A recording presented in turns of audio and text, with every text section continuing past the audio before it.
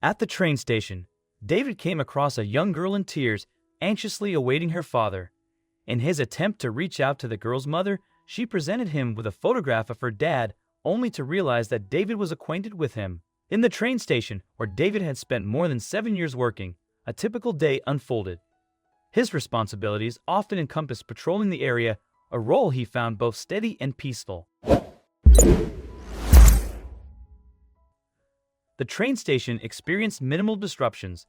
Passengers were focused on reaching their destinations swiftly. His interactions mainly involved managing a handful of spirited teenagers or assisting travelers in locating the correct gates. Occasional incidents involved people misplacing their belongings, which David dutifully directed to the station's lost and found, hoping the items would be reunited with their owners. David found contentment in his occupation. While not the most glamorous career, he lacked the desire for more, setting him apart from those pursuing corporate advancement or financial wealth. Money had its merits, but it didn't hold paramount importance in his life, certainly not for him. His aspirations painted a picture of companionship with a wonderful woman and building a family, yet that reality remained elusive.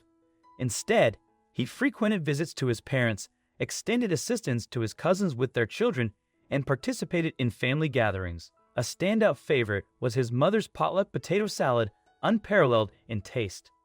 With that in mind, he looked at his watch, hoping it was time for lunch already. But he would have to wait another half hour to take his break. David began whistling and walking again. A tap on his shoulder distracted him. "Excuse me, sir," a woman with bright blonde hair said. "There's a little girl crying on the bench. I think she's alone." David frowned. "Where?" The woman pointed. He thanked her for being vigilant and walked briskly toward the bench. He saw the little girl quickly. She was sitting alone on the bench, and her cries could be heard as few people were around.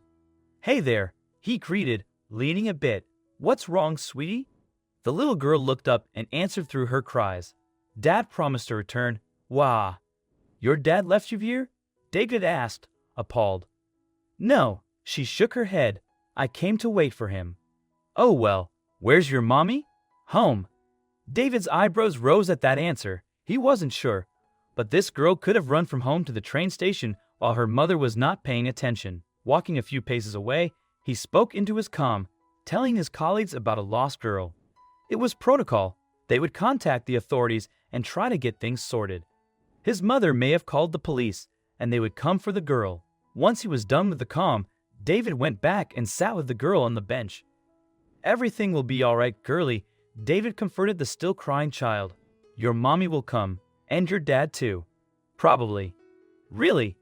The little girl looked up and stopped crying as hope rose on her face. "Oops, I shouldn't have said that." It may not be true, David thought.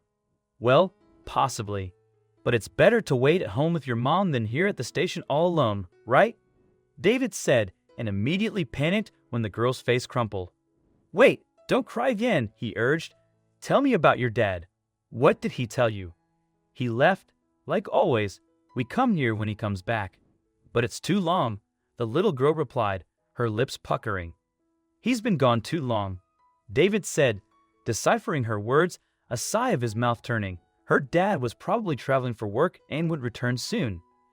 Children didn't have a correct measure of time. She missed him. "Yes, too long," she continued, nodding thoughtfully.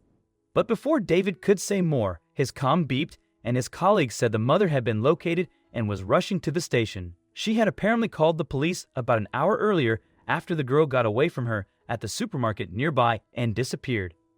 David thanked his buddy and turned back to the child. "Girlie, your mommy is coming soon. You get to go home," he told her. "Oak," she said, dejected. He wanted to cheer her up desperately. "Do you have a picture of your father? Maybe I can help. I work here. If I see him, I'll tell him to rush back to his little girl." The girl's eyes widened, and she reached into her pocket for a crumpled paper. David opened it with a smile, only for it to fall at the sight before him.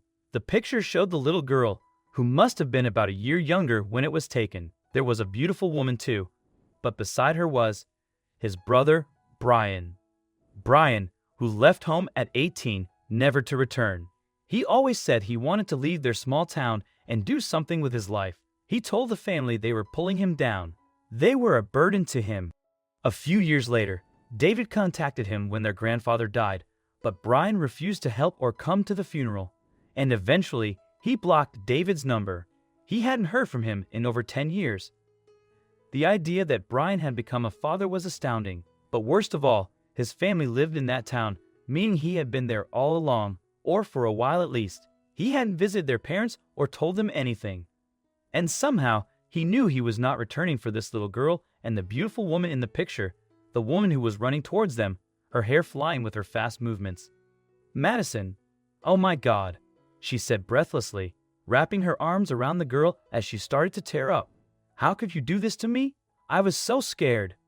Sorry, Mommy, the little girl said, her head bowed down. David looked at them and felt anger. He was furious at his brother for the first time. For years, he had justified Brian's actions, chalking it up to him being ambitious. But this was different. Brian had abandoned his own family. Hey, sir. Oh my. The woman finally looked up from her girl and smiled at David. Thank you so much. I've been dying, thinking she was kidnapped or worse. Just thank you. Ma'am, this might sound weird, but is your husband's name Brian? He asked, standing from the bench. Oh well, we never got married. But we were together, the woman said wryly. She looked down at the top of her child's head. She was waiting for him, right? Yes. She showed me this picture, he explained. Ma'am, Brian is my brother. What? The woman frowned. Well, I guess you could say we're estranged. It's a long story. He left at 18 and didn't want to be tied down to this town or his family.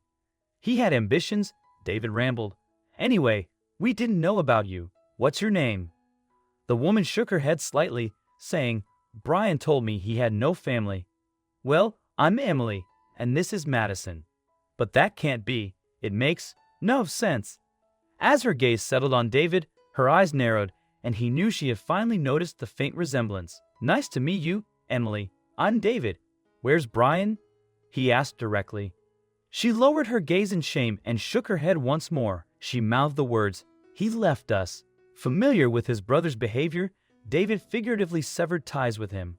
I want you to know you're not alone. We have a big family, and my parents would love to meet you both. Emily's face lit up with hope.